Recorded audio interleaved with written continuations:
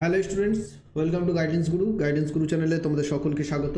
SSC GD পরীক্ষা আর বেশি দেরি নেই, আর কয়েকদিনের মধ্যেই 5-6 দিন পরেই 4-5 দিন পরেই তোমাদের এসএসসি জিডি পরীক্ষা শুরু হয়ে যাচ্ছে। তো যারা একেবারে প্রথম দিকে পরীক্ষা দেবে তারা তো পুরোপুরি তৈরি আশা করি।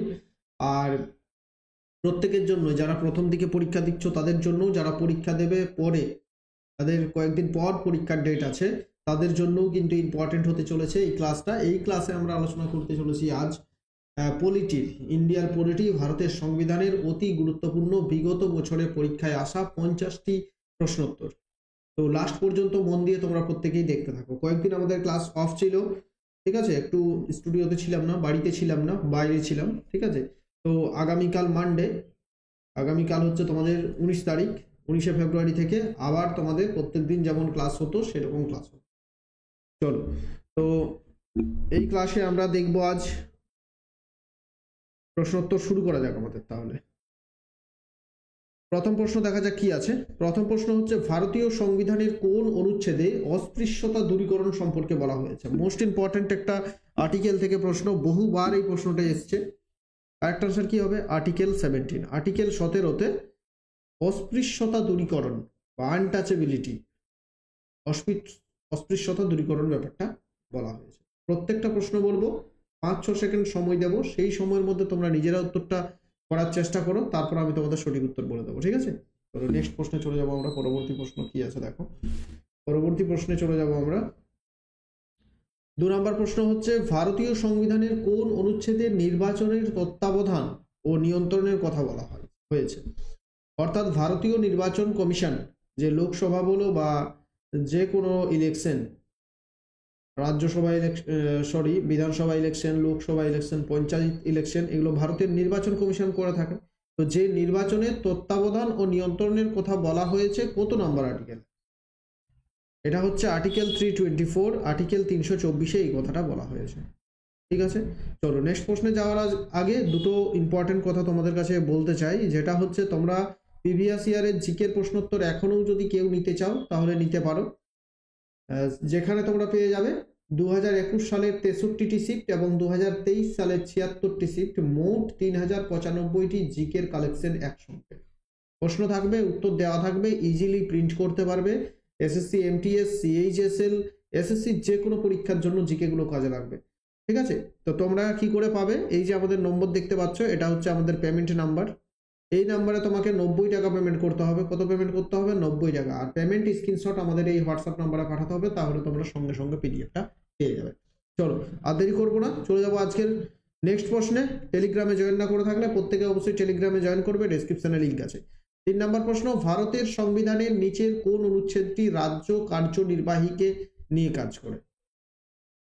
ভারতের সংবিধানের কোন অনুচ্ছেদ বা কোন আর্টিকেলটি রাজ্য কার্যনির্বাহীকে নিয়ে কাজ করে? কার্যনির্বাহী বলতে কি? স্টেট এক্সিকিউটিভ যাকে বলা হচ্ছে। রাজ্য কার্যনির্বাহীকে নিয়ে কাজ করছে, সেটা হচ্ছে আর্টিকেল 153 থেকে আর্টিকেল 167, ঠিক আছে। নেক্সট প্রশ্নে চলে যাব। বেশি ডিটেলসে যাচ্ছি না, কারণ অনেকগুলো প্রশ্ন আছে আর এটা হচ্ছে রিভিশন ক্লাস, সেই জন্য। ভারতীয় সংবিধানে রাষ্ট্রপতি নির্বাচনের পদ্ধতি ড্যাশ সংবিধান থেকে নেওয়া হয়েছে। দেখো, ভারতের সংবিধানের বিভিন্ন জিনিস কিন্তু বিভিন্ন দেশের সংবিধান থেকে নেওয়া হয়েছে।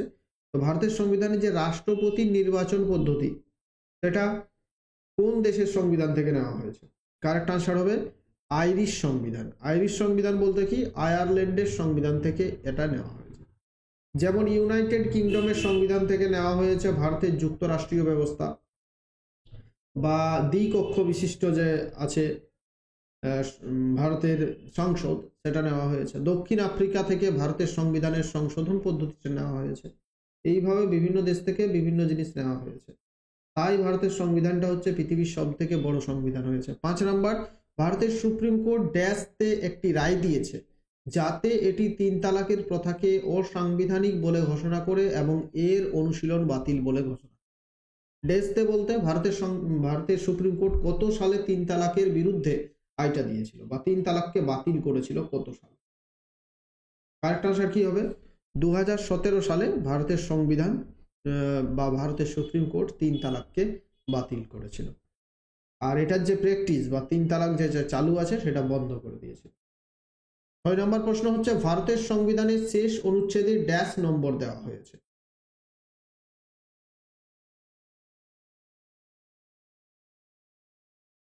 প্রশ্নটা একটু অন্যরকম কনফিউশন প্রশ্ন। ভারতের সংবিধানের শেষ অনুচ্ছেদে বা শেষ আর্টিকেলে ড্যাশ নম্বর দেওয়া হয়েছে।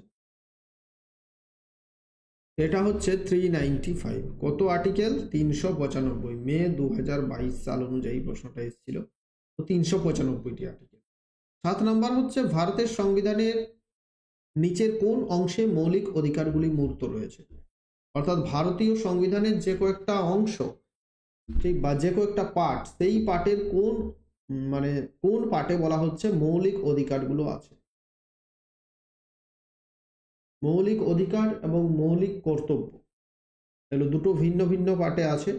তো মৌলিক অধিকারগুলো যে পার্টে আছে সেটা হচ্ছে পার্ট 3-তে। পার্ট 3-তে মৌলিক অধিকারগুলো আছে। আমাদের বর্তমানে মৌলিক অধিকার হচ্ছে 6টি, আগে মৌলিক অধিকার ছিল 7টি। সম্পত্তির অধিকারকে মৌলিক অধিকার থেকে বাদ দেওয়া হয়েছে।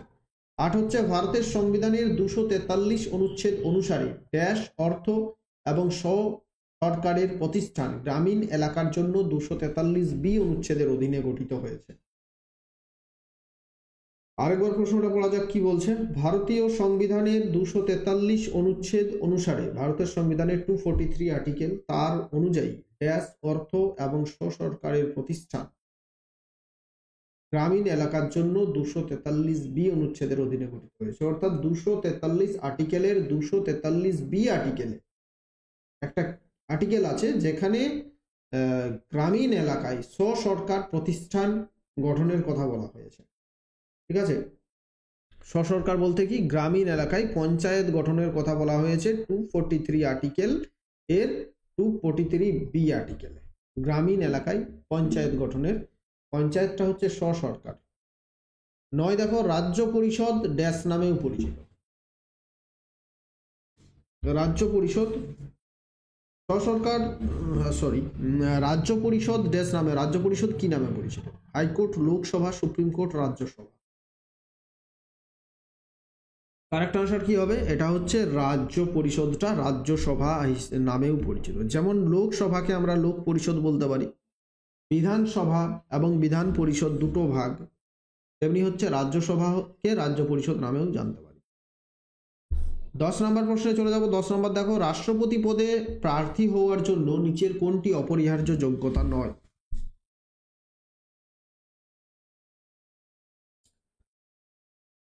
রাষ্ট্রপতি পদের প্রার্থী হওয়ার জন্য কোনটি অপরিহার্য যোগ্যতা নয়? তো এক একটা আমরা অপশনগুলো দেখে নেব। লোকসভার সদস্য হিসেবে নির্বাচনের যোগ্য, লোকসভার সদস্য হিসেবে নির্বাচনের যোগ্য।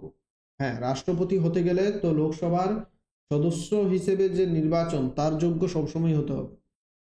কমপক্ষে 35 বছর বয়স। হ্যাঁ, রাষ্ট্রপতির জন্য মিনিমাম ভারতে 35 বছর বয়স দরকার। একজন ভারতীয় নাগরিক হবেন। ভারতের রাষ্ট্রপতি হতে গেলে ভারতের নাগরিক হতেই হবে। উচ্চশিক্ষায় শিক্ষিত হবেন। আচ্ছা, এই উচ্চশিক্ষায় শিক্ষিত হওয়ার দরকার নেই।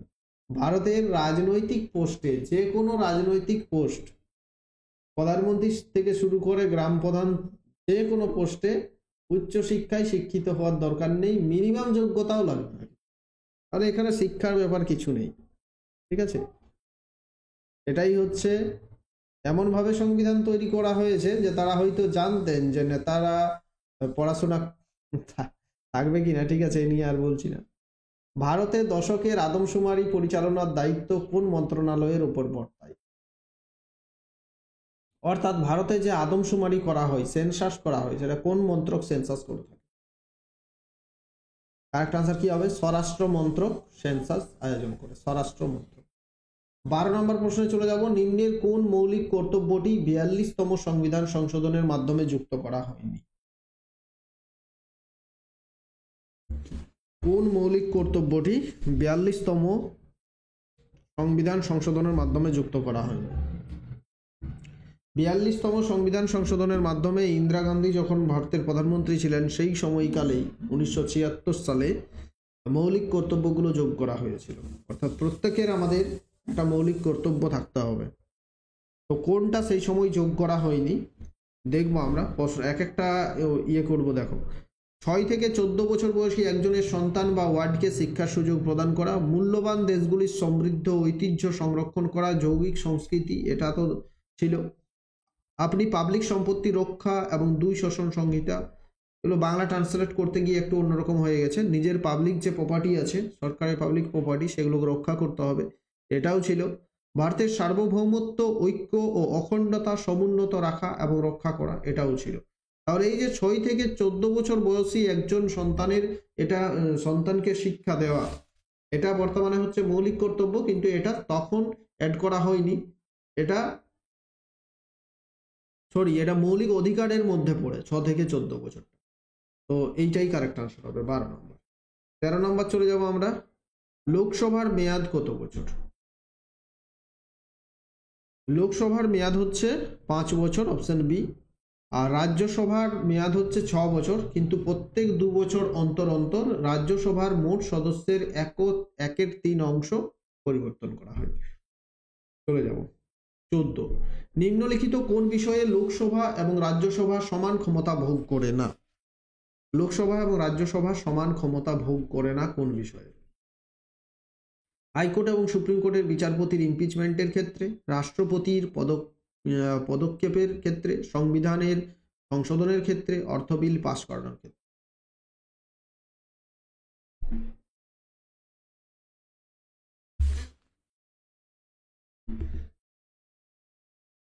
লোকসভা এবং রাজ্যসভার সমান ক্ষমতা ভোগ করে না অর্থ বিল পাস করানোর ক্ষেত্রে। অর্থ বিল শুধুমাত্র লোকসভাতেই পাস হয়, ঠিক আছে, এটা মনে রাখবে। অর্থ বিল পাস করানোর ক্ষেত্রে লোকসভা এবং রাজ্যসভার সমান দায়িত্ব নেই। কিন্তু 15 দেখবো আমরা, ভারতীয় সংবিধানের অনুচ্ছেদ 17 কিসের সঙ্গে সম্পর্কিত? এই প্রশ্নটা রিপিট হলো, কিছুক্ষণ আগে আমরা পড়লাম। প্রশ্নটা দিয়েছিল যে অস্পৃশ্যতা দূরীকরণ কত নম্বর আর্টিকেলে বলা হয়েছে? তো 17 নম্বর আর্টিকেলে বলা হয়েছিল। আর সেটাই আবার দিয়েছে যে অনুচ্ছেদ 17টা কিসের সঙ্গে সম্পর্কিত? কি হবে? অস্পৃশ্যতা দূরীকরণ।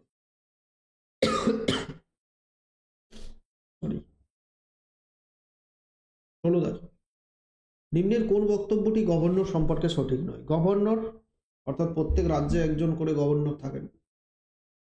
তিনি রাজ্যের মুখ্যমন্ত্রী এবং অন্যান্য মন্ত্রীদের নিয়োগ করেন।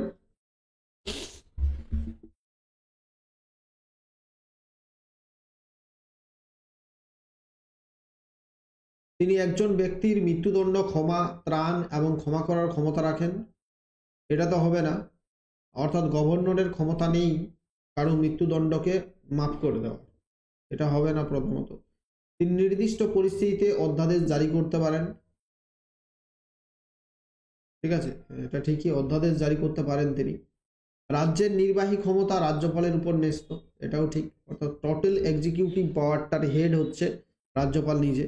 তিনি রাজ্যের মুখ্যমন্ত্রী অন্যান্য মন্ত্রীদের নিয়োগ করে থাকেন, অর্থাৎ মুখ্যমন্ত্রী অন্যান্য মন্ত্রীরা রাজ্যপালের কাছে শপথ গ্রহণ করেন, এটাও ঠিক আছে। তাহলে ঠিক নেই কোনটা? এই যে, তাহলে কারেক্ট আনসার সঠিক নয় বলেছে কোনটা? কারেক্ট আনসার হবে এটা, অপশন বি। তিনি একজন বিখ্যাত ব্যক্তির মৃত্যুদণ্ড ক্ষমা, ত্রাণ এবং ক্ষমা করার ক্ষমতা রাখতে পারেন। চলে যাব নেক্সট প্রশ্নে আমরা। 17 নম্বর প্রশ্নটা দেখো কি আছে। কত সালে ভারতের প্রথম পঞ্চবার্ষিকী পরিকল্পনা লঞ্চ করা হয়েছিল? ভারতের কবে প্রথম পঞ্চবার্ষিকী পরিকল্পনা লঞ্চ করা হচ্ছে? কারেক্ট আনসার কি হবে? ভারতের প্রথম পঞ্চবার্ষিকী লঞ্চ করা হচ্ছে 1951 সালে। 1951 সালে, এটা চলছে 1951 থেকে 56। দ্বিতীয় পঞ্চবার্ষিকী পরিকল্পনা হচ্ছে 1956 থেকে 1961 সাল পর্যন্ত, ঠিক আছে। তৃতীয়টা দেখব, তৃতীয় হচ্ছে 1961 থেকে 1966, কিন্তু এই সময় ভারত চীন, ভারত পাকিস্তান দুটো পরপর যুদ্ধ হয়েছিল, সেটা কিন্তু এটা কিন্তু ভেস্তে গিয়েছিল, ঠিক আছে। তাহলে কত সাল? 1951 সাল। নেক্সট দেখবো আমরা 18 নম্বর, যখন ভারতীয় সংবিধানে মৌলিক কর্তব্যগুলো যুক্ত করা হয়েছিল তখন ভারতের প্রধানমন্ত্রী কে ছিলেন? একটু আগে আমি বললাম 42তম সংবিধান সংশোধনীর মাধ্যমে 1976 সালে 42তম সংবিধান সংশোধনীর মাধ্যমে ভারতে মৌলিক কর্তব্যগুলো যোগ করা হয়েছিল। সে সময় ভারতের প্রধানমন্ত্রী ছিলেন ইন্দিরা গান্ধী, অপশন এ। 19 হচ্ছে ভারতের সংবিধানের কোন অংশে ইউনিয়ন পাবলিক সার্ভিস কমিশনের ক্ষমতা ও কার্যাবলী রয়েছে? ভারতীয় সংবিধানের কোন অংশে ইউনিয়ন পাবলিক সার্ভিস কমিশনের, যে ইউনিয়ন পাবলিক সার্ভিস কমিশন বলতে ইউপিএসসি এর কমিশনের ক্ষমতা আর কার্যাবলী আছে? কত নম্বর আর্টিকেলে এটা আছে? কত নম্বর অংশে? পার্ট 4 এ এটা বলা হয়েছে ইউনিয়ন পাবলিক সার্ভিস কমিশনের ক্ষমতা কার্যাবলী। এই যে অনেক সময় প্রশ্ন আসছে প্রত্যেক দিনই যে ইউপিএসসির বর্তমান চেয়ারম্যানের নাম কি, তো মনোজ সোনি ইউপিএসসির বর্তমান চেয়ারম্যান। এই প্রশ্নটা দুবার তিনবার করে পরীক্ষায় এসছে, তো তিনি বর্তমানে আছেন মনোজ সোনি। 20 হচ্ছে ভারতীয় সংবিধানের সমতার অধিকারের ড্যাশ অনুচ্ছেদে রয়েছে। কোন অনুচ্ছেদে, কোন আর্টিকেলে সমতার অধিকার রয়েছে? কি হবে কারেক্ট আনসার? আর্টিকেল 5। আর্টিকেল 5 এ সমতার অধিকার সম্পর্কে বলা হয়েছে। 21 নম্বর প্রশ্নটা দেখব, নিম্নের কোনটি 1950 সালে গৃহীত ভারতের মূল সংবিধানের অংশ ছিল না? 1950 সালের 26শে জানুয়ারি ভারতের যে মূল সংবিধান কার্যকরী হলো, তার মধ্যে নিম্নের কোনটি সে সময় ছিল না? জরুরি অবস্থা, মৌলিক কর্তব্য, রাষ্ট্রীয় নীতির নির্দেশমূলক নীতি, মৌলিক অধিকার। দেখো সে সময় তোমাদের একটু আগেই এটা আমি বলেছি, নিজেরাই উত্তর তোমরা করতে পারবে, তাই আমি এই প্রশ্নের আমি তোমাদের হোমওয়ার্ক দিয়ে দিচ্ছি, ঠিক আছে? এখনই তোমাদের একটু আগেই বললাম যে ভারতের সংবিধানের কোন জিনিসটা পরে যুক্ত করা হয়েছে 1976 সালে, মনে করে 1976 সালে যুক্ত করা হয়েছে, তো সেই ব্যাপারটাই কিন্তু পরে যোগ করা হয়েছিল। হোমওয়ার্ক দিয়ে দিলাম, প্রত্যেকে কমেন্ট বক্সে উত্তরটা কমেন্ট করে দেবে। যারা বুঝতে পারবে না কমেন্ট বক্সটা একবার চেক করবে, অনেকেই কারেক্ট আনসার দেবে, সেখান থেকে দেখে দিই। 22 দেখো, ভারতের সুপ্রিম কোর্ট কবে উদ্বোধন করা হয়েছিল? সুপ্রিম কোর্ট ভারতে কবে প্রতিষ্ঠা হচ্ছে? কারেক্ট আনসার হবে 28শে জানুয়ারি 1950 সালে ভারতের সুপ্রিম কোর্টের প্রতিষ্ঠা হয়েছিল। 23 নম্বর প্রশ্নে চলে যাব আমরা। ভারতীয় সংবিধানের একটি বৈশিষ্ট্য যা ফেডারালিজমের কেন্দ্রাতিক রূপ, যেখানে কেন্দ্র রাজ্যগুলির চেয়ে শক্তিশালী, কোন মডেলের উপর ভিত্তি করে? এই যে ভারতের ফেডারালিজম, যেখানে ভারতের কেন্দ্রে সেন্ট্রালের ক্ষমতাটা রাজ্যগুলোর ক্ষমতার থেকে বেশি ক্ষমতা আছে, এটা কোন মডেলের ওপর, কোন দেশের সংবিধান থেকে এই পদ্ধতিটা নেওয়া হয়েছে? Canadian model, Britain model, Japan model, US model? Correct answer কি হবে? Canadian model. কানাডিয়ান মডেল থেকে এই ব্যাপারটা নেওয়া হয়েছে, এই যে সিস্টেমটা নেওয়া হয়েছে সেখান থেকে। 24 দেখো, কত সালে 10টি মৌলিক কর্তব্য ভারতীয় সংবিধানে যোগ করা হয়েছে? এই প্রশ্নটা তো কয়েকবারই তোমাদের বললাম। 1976 সালে 42তম সংবিধান সংশোধনীর মাধ্যমে 10টি মৌলিক কর্তব্য ভারতীয় সংবিধানে যোগ করা হয়েছিল। পরে মৌলিক কর্তব্য আবার বেড়েছে, বর্তমানে 11টি মৌলিক কর্তব্য আছে। আর এই যে 42তম সংবিধান সংশোধনী, এটাকে কি বলা হয়? মিনি কনস্টিটিউশন বলা। 25 হচ্ছে, ভারতের সংবিধানের কোন তফসিলটি ইউনিয়ন, রাজ্য এবং যৌথ তালিকার সাথে সম্পর্কিত? কিসের সঙ্গে সম্পর্কিত? ইউনিয়ন,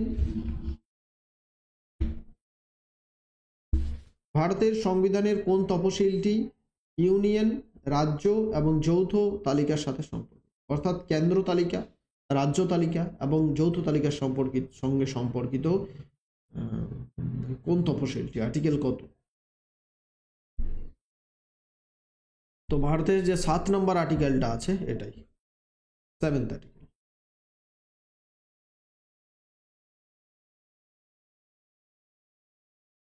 ছাব্বিশ হচ্ছে, কোন সাংবিধানিক সংশোধনী 6 থেকে 14 বছর বয়সী শিশুদের জন্য বাধ্যতামূলক শিক্ষা চালু করেছে?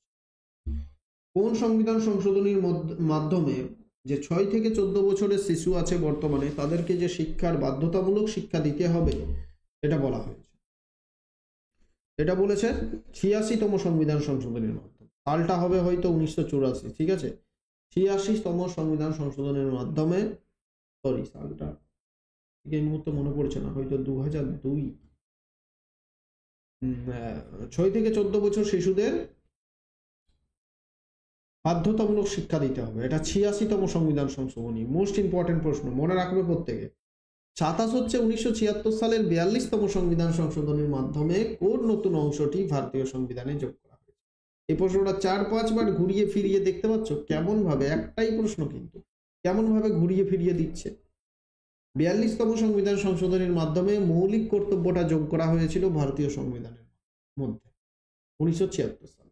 ওই প্রশ্নটাই ঘুরিয়ে ফিরিয়ে দিচ্ছে। এটা কোথায় যোগ করা হলো, কোন পার্টে যোগ করা হলো? এটা যোগ করা হয়েছিল পার্ট 4A তে, ভারতের 4 নম্বর অংশের এ অংশে যোগ করা হয়েছিল। ভারতের 10টি মৌলিক কর্তব্য তখনকার দিনে। চলে যাব পরবর্তী প্রশ্নে। ভারতীয় সংবিধানে নিচের কোন অনুচ্ছেদে শোষণের বিরুদ্ধে অধিকারের কথা বলা? কি বলছে? শোষণের বিরুদ্ধে অধিকারের কথা বলা হয়।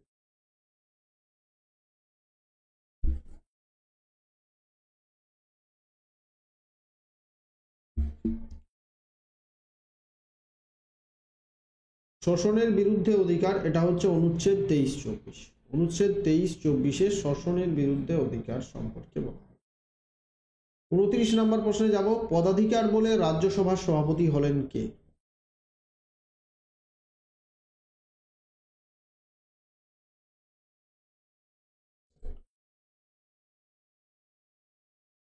দেখো, পদাধিকার বলে রাজ্যসভার সভাপতি হবেন উপরাষ্ট্রপতি এবং লোকসভার সভাপতি হবেন স্পিকার। বর্তমানে স্পিকার হচ্ছেন ওম বিড়লা। কারেক্ট আনসার কি হবে? উপরাষ্ট্রপতি। পদাধিকার বলে রাজ্যসভার সভাপতি হবেন উপরাষ্ট্রপতি। Next 30 number. রাজ্য আইনসভার উচ্চকক্ষ হলো কি? কেন্দ্র আইনসভার দুটি কক্ষ, লোকসভা এবং রাজ্যসভা, যার উচ্চকক্ষ হচ্ছে রাজ্যসভা। তেমনি রাজ্য আইনসভাতেও দুটো কক্ষ থাকে। অনেক রাজ্যতে ভারতের 6টি রাজ্যে দুটো কক্ষ আছে, বাকি রাজ্যগুলোতে কিন্তু একটি করেই কক্ষ আছে। প্রথম নিম্নকক্ষ হচ্ছে বিধানসভা, উচ্চকক্ষ হচ্ছে বিধান পরিষদ। 6টি রাজ্যে বিধান পরিষদ আছে। আমাদের পশ্চিমবঙ্গে কিন্তু বিধান পরিষদ নেই, আগে ছিল, পরে সেটাকে বাদ দেওয়া হয়েছে। তো বিধান পরিষদ, অপশন বি। নেক্সট প্রশ্নে চলে যাব আমরা। 31। ভারতীয় সংবিধানের কোন অনুচ্ছেদে শিক্ষার অধিকার প্রদান করা হয়েছে? সংবিধানের কোন অনুচ্ছেদে শিক্ষার অধিকার, শিক্ষার যে সবারই অধিকার, সেটা বলা হয়েছে? যে মৌলিক অধিকারগুলো কোন পার্টে আছে? পার্ট 3-তে মৌলিক অধিকারগুলো আছে। আর্টিকেল হচ্ছে 12 থেকে 32। ঠিক আছে, তো কোন অনুচ্ছেদে বলা হয়েছে? বলা হচ্ছে 21A, আর্টিকেল 21A, 21A অনুচ্ছেদে শিক্ষার অধিকারকে প্রদান করা হয়েছে। নেক্সট প্রশ্ন দেখো। একটি রাজ্যের রাজ্যপালের ন্যূনতম বয়স কত হতো? অর্থাৎ রাজ্যপালের ন্যূনতম বয়সটা কত হতো? যেমন প্রধানমন্ত্রী ন্যূনতম বয়স 25 বছর হলেই লোকসভায় অংশগ্রহণ করা যাবে বা প্রধানমন্ত্রী হওয়া যাবে। তেমনি 25 বছর হলেই আবার হওয়া যাবে বিধানসভার সদস্য হতে গেলেও 25 বছর, লোকসভার সদস্য হতে গেলেও 25 বছর লাগবে। তেমনি রাজ্যপাল হতে গেলে কত বয়স লাগবে? রাজ্যপাল হতে গেলে বয়স লাগবে মিনিমাম 35 বছর। রাষ্ট্রপতি হতে গেলেও বয়স লাগবে মিনিমাম 35 বছর। প্রধানমন্ত্রী হতে গেলে বয়স লাগবে কিন্তু 30 বছর। 33 দেখো। ভারতীয় সংবিধানের অনুচ্ছেদ 25 থেকে 28 কিসের সাথে সম্পর্কিত? ভারতীয় সংবিধানের অনুচ্ছেদ 25 থেকে 28 কিসের সঙ্গে সম্পর্কিত? তোমরা পিডিএফটা কালেক্ট করতে পারো, প্রিভিয়াস ইয়ারের পিডিএফটা। 2021 সাল 2023 সালের মোট আমাদের জিকে আছে 3095টি যে জিকের পিডিএফ, সেই পিডিএফটা তোমরা কিন্তু কালেক্ট করতে পারো। এখনও সুযোগ আছে। আমাদের এই যে নাম্বার 7897274545, এই নাম্বারে তোমাদের 90 রুপিস পে করতে হবে। পে করার পর স্ক্রিনশট পাঠিয়ে দিতে হবে আমাদের যে অফিসিয়াল হোয়াটসঅ্যাপ নাম্বারটা দেখতে পাচ্ছ সেই নাম্বার, অথবা এই নাম্বারেও পাঠাতে পারো। পাঠিয়ে দাও, পিডিএফ সঙ্গে সঙ্গে পেয়ে যাবে। তো ভারতীয় সংবিধানের অনুচ্ছেদ 25 থেকে 28 কিসের সাথে সম্পর্কিত? এটা হচ্ছে ধর্মীয় স্বাধীনতার অধিকার। 25 থেকে 28 হচ্ছে ধর্মীয় স্বাধীনতার অধিকার। 34 নাম্বার দেখব। ভারতের রাষ্ট্রপতি পদের জন্য ন্যূনতম বয়স কত হতো? এটা তো এক্ষুনি বললাম, রাজ্যপালের বয়স হচ্ছে 35 বছর ন্যূনতম হতে হবে, রাষ্ট্রপতির ক্ষেত্রেও ন্যূনতম বয়স 35 বছর হতে হবে। ভারতীয় সংবিধানে মৌলিক কর্তব্য কোন দেশের সংবিধান থেকে নেওয়া হয়েছে? মৌলিক কর্তব্য যে ব্যাপারটা, প্রত্যেকের একটা মৌলিক কর্তব্য আমাদের থাকতে হবে, এটা কোন দেশের সংবিধান থেকে নেওয়া? এটা নিয়ে নেওয়া হয়েছে ইউএসএসআর। ঠিক আছে, মানে হচ্ছে এটা রাশিয়া থেকে নেওয়া হয়েছে। পরবর্তী দেখবো আমরা 36। ভারতের সংবিধানের কোন অনুচ্ছেদের অধীনে রাজ্যের গভর্নর ক্ষমা করার ক্ষমতার অধিকার? ভারতের সংবিধানের কোন আর্টিকেলের অধীনে রাজ্যের গভর্নর তিনি ক্ষমা করার ক্ষমতার অধিকারী, অর্থাৎ ক্ষমা করতে পারেন? অনুচ্ছেদ 161-তে এটা বলা। 37 নাম্বার আমরা চলে যাব, কোন আইন মতে স্থির হয় যে সুপ্রিম কোর্টের সমস্ত কাজকর্ম ইংরেজি ভাষায় হবে? সুপ্রিম কোর্ট কেন, হাইকোর্টেরও সমস্ত কাজকর্ম কিন্তু ইংরেজি ভাষাতেই হয়ে থাকে, আর সুপ্রিম কোর্টের সমস্ত কাজকর্ম ইংরেজি ভাষাতে হয়ে থাকে। এটা কোন আইন মতে স্থির হয়েছে? এটা হয়েছে ভারতীয় সংবিধানের যে 348 নাম্বার ধারা আছে, 348 নাম্বার ধারাতে এটা ক্লিয়ার বলে দেওয়া হয়েছে যে সুপ্রিম কোর্টের সমস্ত কাজকর্ম ইংলিশ ভাষাতেই হবে। 38 হচ্ছে নিচের কে সাংবিধানিক প্রতিকারের অধিকারকে সংবিধানের আত্মা বলে অভিহিত করেছে? সাংবিধানিক যে প্রতিকারের অধিকার সেটাকে কি বলেছে? সংবিধানের আত্মা। এটা কে বলেছেন? ভারতের সংবিধানের রূপকার, ভারতের সংবিধানের জনক ডক্টর বি.আর. আম্বেদকর এই কথাটি বলেছেন। সংবিধান প্রতিবিধানের যে অধিকার সেটা হচ্ছে ভারতের সংবিধানের সোল অফ ইন্ডিয়ান কনস্টিটিউশন। 39 হচ্ছে ভারতীয় সংবিধানের কোন অনুচ্ছেদ একটি রাজ্য সরকারের ব্যবসা পরিচালনার সাথে সম্পর্কিত? সংবিধানের কোন আর্টিকেল একটি রাজ্য সরকারের ব্যবসা পরিচালনার সাথে সম্পর্কিত? কারেক্ট আনসার হবে আর্টিকেল 160, 176 নম্বর আর্টিকেল। 40 নম্বর প্রশ্নটা দেখবো আমরা। 1950 সালের 26 নভেম্বর ডক্টর রাজেন্দ্র প্রসাদ বিধানসভার সভাপতি হিসেবে নথিতে স্বাক্ষর করেন। কোন দলিল শুনানি উল্লেখ করা হচ্ছে, অর্থাৎ কোন দলিল বা শুনানিতে এটা তিনি স্বাক্ষর করেছিলেন? 1949 সালের 26 জানুয়ারি ডক্টর রাজেন্দ্র প্রসাদ বিধানসভার সভাপতি হিসেবে নথিতে স্বাক্ষর করেছিলেন। The Instrument Association, the First Constitution Draft, the Constitution of India, the Preamble। কি হবে? দ্য কনস্টিটিউশন অফ ইন্ডিয়া যে দলিল, সেই দলিলে স্বাক্ষর করেছিলেন 1949 সালের 26 জানুয়ারি। আর এই স্বাক্ষরের মাধ্যমেই ভারতের সংবিধান কিন্তু গৃহীত হয়েছিল। তারপর 1950 সালের 26 জানুয়ারি ভারতের সংবিধান কি হলো? কার্যকরী বা চালু হলো। 41 হচ্ছে ভারতীয় সংবিধানের কোন অনুচ্ছেদে বাক স্বাধীনতার অধিকার প্রদান করা হয়েছে? আমাদের যে প্রত্যেকের বাক স্বাধীনতা আছে, আমরা প্রত্যেকেই কথা বলতে পারবো, এই ব্যাপারটা আমাদের কথাই বলা হয়েছে। ঠিক আছে,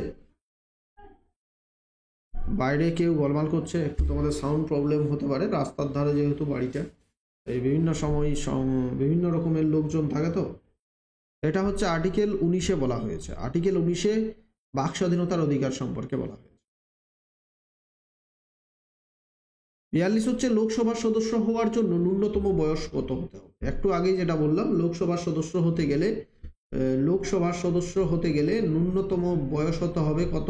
25 বছর। বিধানসভার সদস্য লোকসভার, আর প্রধানমন্ত্রী হতে গেলেও ন্যূনতম হচ্ছে 25 বছর। Option C. 43 দেখো, আর্টিকেল 239 থেকে 241 কোন বিষয়ে আলোচনা করেছে? আর্টিকেল 239 থেকে 41 কোন বিষয়ে আলোচনা?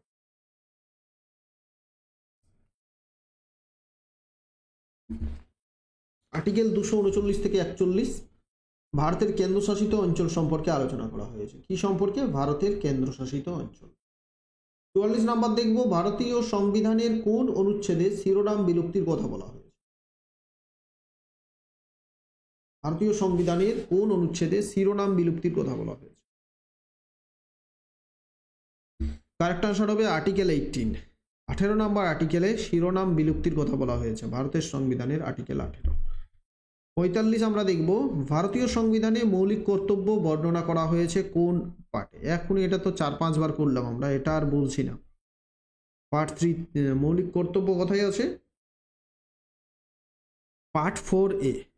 পার্ট 4-এ ভারতের সংবিধানে মৌলিক কর্তব্য আছে, যেটা 1976 সালের 42তম সংবিধান সংশোধনের মাধ্যমে যোগ করা হয়েছিল। 46 হচ্ছে ভারতীয় রিজার্ভ ব্যাংক কত সালে প্রতিষ্ঠা হয়েছিল? ভারতের রিজার্ভ ব্যাংক কত সালে প্রতিষ্ঠা হচ্ছে? ভারতের রিজার্ভ ব্যাংক প্রতিষ্ঠা হয়েছিল 1935 সালে। কবে? 1935 সালে। ভারতের রিজার্ভ ব্যাংকের প্রথম গভর্নর ছিলেন ডক্টর অসবর্ন স্মিথ। প্রথম গভর্নর, আর স্বাধীন ভারতের প্রথম গভর্নর হচ্ছেন সি.ডি. দেশমুখ। আর ভারতের যে রিজার্ভ ব্যাংক সেটা জাতীয়করণ করা হয়েছিল 1949 সালে। 47 হচ্ছে সংবিধানের পার্ট 6 অনুচ্ছেদ ড্যাশ রাষ্ট্রীয় আইনসভার সংগঠন, গঠন, সময়কাল, কর্মকর্তা পদ্ধতি, সুযোগ সুবিধা, ক্ষমতা ইত্যাদির সাথে সম্পর্কিত। সংবিধানের পার্ট 6 অনুচ্ছেদ ড্যাশ। পার্ট 6 এর কোন অনুচ্ছেদ রাষ্ট্রীয় আইনসভার যে রাষ্ট্রীয় আইনসভা, লোকসভা রাজ্যসভার সংগঠন, লোকসভা রাজ্যসভার গঠন, তার যে সময়কাল, তার কর্মকর্তা কে থাকবেন, তার পদ্ধতি, নির্বাচনের পদ্ধতি, সুযোগ সুবিধা, তার পাওয়ার, সমস্ত কিছু বলা হয়েছে পার্ট 6 এর কত নাম্বার আর্টিকেলে? 168 থেকে 212 নম্বর আর্টিকেলে এগুলো সম্পর্কে বলা হয়েছে। আর 168 থেকে 212। 48 দেখো, ভারতীয় সংবিধানের কততম সংশোধনের মাধ্যমে প্রস্তাবনার মধ্যে ধর্মনিরপেক্ষ ও সমাজতন্ত্র শব্দ দুটি অন্তর্ভুক্ত করা হয়েছে? ভারতের প্রস্তাবনার মধ্যে বা প্রিএম্বল বা প্রস্তাবনার মধ্যে এই যে দুটো শব্দ ধর্মনিরপেক্ষ এবং সমাজতন্ত্র শব্দটা কিন্তু প্রথমে ছিল না, এই দুটো শব্দকে পরে অ্যাড করা হয়েছে। তো কততম সংবিধান সংশোধনের মাধ্যমে এটাকে অ্যাড করা হলো? সংবিধান সংশোধনী হচ্ছে 42তম সংবিধান সংশোধনী 1976। দেখো 1976 সালের যে 42তম সংবিধান সংশোধনী, সে সময় অনেকগুলো বিষয় ভারতের সংবিধানে যোগ করা হয়েছিল, সেই জন্য এটাকে মিনি কনস্টিটিউশন বলা হয়। 49 দেখব, ভারতের সংবিধানের কোন অংশটি ভারতের সুপ্রিম কোর্টের ক্ষমতা ও কার্যাবলী নিয়ে কাজ করে? ভারতের সংবিধানের কোন অংশটি ভারতের সুপ্রিম কোর্টের ক্ষমতা এবং কার্যাবলী নিয়ে কাজ করছে? পার্ট 5, সুপ্রিম কোর্টের যে ক্ষমতা, সুপ্রিম কোর্টের কার্যাবলীর পদ্ধতি, সমস্ত কিছু নিয়ে কাজ করে পার্ট 5। 50 নাম্বার দেখবো আমরা, ভারতীয় সংবিধানে মোট কতগুলি তালিকা রয়েছে? ভারতীয় সংবিধানে মোট কতগুলো তালিকা আছে? তো ভারতীয় সংবিধানে মোট তালিকা হচ্ছে 12টি। আগে 8টি তালিকা ছিল, এখন বর্তমানে তালিকার সংখ্যা হয়েছে 12টি। আমাদের 50টি প্রশ্ন শেষ হলো। ক্লাস কেমন হয়েছে অবশ্যই কমেন্ট করে জানাও। এখান থেকে অবশ্যই আশা করছি তোমরা 2-1টা প্রশ্ন অবশ্যই কমেন্ট পাবে। পরীক্ষাতে 2টো প্রশ্নই তোমাদের থাকবে, এই যে 2টো বা 3টে প্রশ্ন থাকতে পারে। আশা করি এখান থেকে যদি কমন পেয়ে যাও তো খুব ভালো। থ্যাংক ইউ, সুস্থ থেকো, ভালো থেকো, শেয়ার করো তোমার বন্ধুদের সাথে বেশি বেশি করে। টেলিগ্রামে জয়েন না করে থাকলে ডেসক্রিপশনে লিঙ্ক আছে, প্রত্যেকে টেলিগ্রামে জয়েন করো। নতুন হয়ে থাকলে আমাদের চ্যানেলটা সাবস্ক্রাইব করো। Thank you.